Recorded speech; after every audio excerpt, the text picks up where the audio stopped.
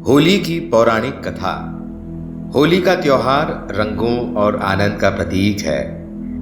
इसके पीछे कई पौराणिक कथाएं प्रचलित हैं, लेकिन मुख्य रूप से प्रहलाद और हिरण्यकश्यप की कथा सबसे प्रसिद्ध है। आइए आपको बताते हैं प्रहलाद और हिरण्यकश्यप की कथा। पुराणों के अनुसार हिरण्यकश्यप एक अत्याचारी राजा था, जिसने कठोर तपस्या करके भगवान ब्रह्मा जी से अमरता का वरदान प्राप्त किया था। ओम ब्रह्मदेवाय नमः। ओम ब्रह्मदेवाय नमः। ओम ब्रह्मदेवाय नमः। ओम ब्रह्मदेवाय नमः। वत्स, हम तुम्हारी तपस्या से प्रसन्न हैं। तुम हमसे क्या चाहते हो? हे परमपिता ब्रह्मदेव, यदि आप मुझसे प्रसन्न हैं तो मुझे अपना आशीर्वाद प्रदान करें और यह वरदान दें कि मेरी मृत्यु ना तो किसी मनुष्य के हाथों हो, न ही कोई जानवर के द्वारा मेरी मृत्यु हो। मेरी मृत्यु न दिन में हो, न रात में हो, न घर के अंदर हो, न घर के बाहर हो, न ही किसी अस्त्र से, न ही किसी शस्त्र से मुझे मारा जा सके। मुझे यह वरदान देने की कृपा करें परमपिता। तथास्तु वत्स, जैसा तुमने मांगा है वैसा ही होगा, पर तुम इस वरदान का दुरुपयोग कदापि न करना वत्स। इस वरदान के कारण हिरण्यकश्यप अहंकारी हो गया। उसे अपने आप पर इतना ज्यादा घमंड हो गया कि वह स्वयं को भगवान मानने लगा।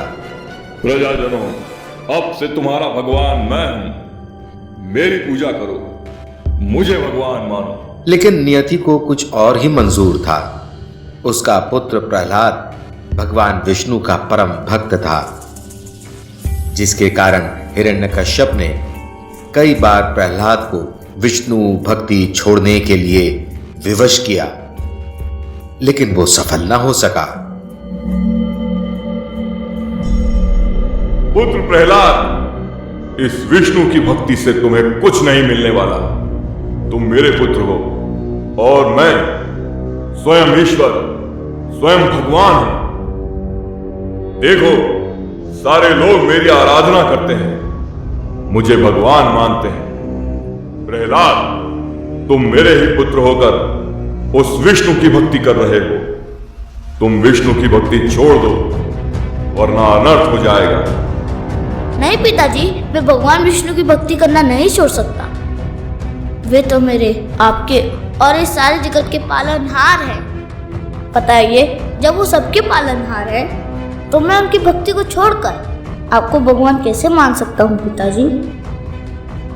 हिरण्यकश्यप ने अपने पुत्र प्रहलाद को कई बार समझाया, उसे दंड भी दिया, परंतु उसका पुत्र भक्त प्रहलाद नहीं माना और अब विवश होकर, क्रोध में आकर हिरण्यकश्यप ने प्रहलाद को मारने के कई प्रयास करने शुरू कर दिए। लेकिन हर बार भगवान विष्णु ने उसकी रक्षा की। हर बार की तरह विवश होकर अब की बार हिरण्यकश्यप ने ऐसा तरीका निकाला जिससे वह अपने ही पुत्र प्रहलाद को मारने में सफल हो सके। हिरण्यकश्यप की बहन होलिका को एक वरदान था कि आग उसे जला नहीं सकती, इसलिए उसने अपने भाई हिरण्यकश्यप को यह आश्वासन दिया।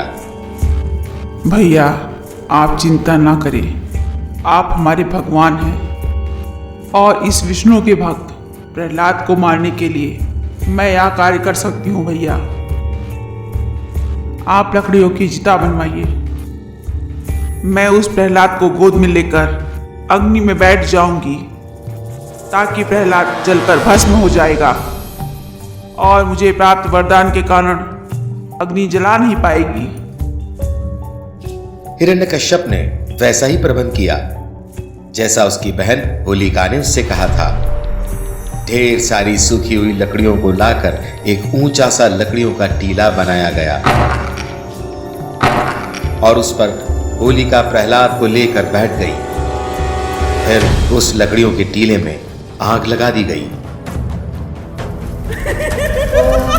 भगवते वासुदेवाय नमः। ओम नमो भगवते वासुदेवाय नमः। ओम नमो भगवते वासुदेवाय नमः।